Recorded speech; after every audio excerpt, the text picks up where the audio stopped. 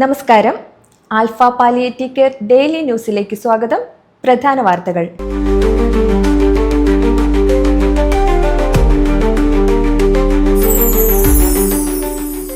2025 universal icon international achiever അവാർഡിന് Alpha palliative care chairman KM Nooruddin അർഹനായി.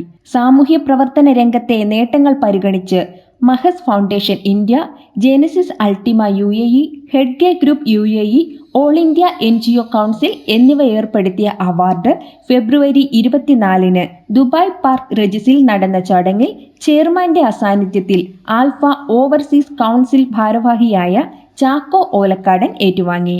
Alpha Alappuzha സെന്ററിന് സഹായം നൽകി റിട്ടയേർഡ് RDOയും റിയാദ് മലയാളികളുടെ സംഘടനയും.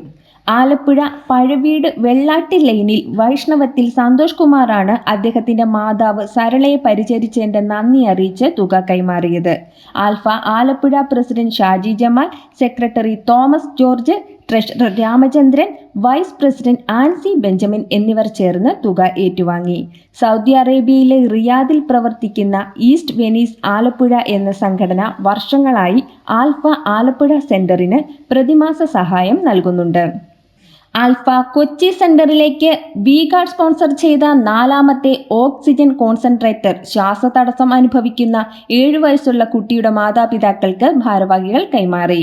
ഹരിതശ്രീ ജൈവ പച്ചക്കറി കൃഷിക്ക് തുടക്കം കുറിച്ച് ആൽഫ വെള്ളാങ്കല്ലൂർ സെന്റർ.